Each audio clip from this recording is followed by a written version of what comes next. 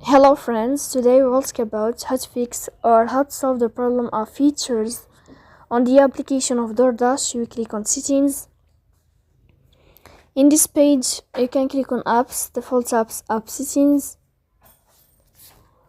On above you can search about DoorDash and you'll enter.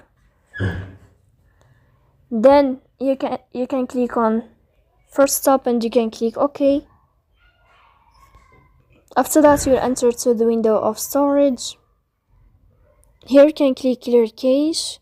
Don't click clear data because that can delete your account. In the end you can turn off your phone and you can wait a moment to turn on your phone again to fix that problem. So please don't forget to support us by like and subscribe. See you next time in another video, and thank you for your attention and your watching.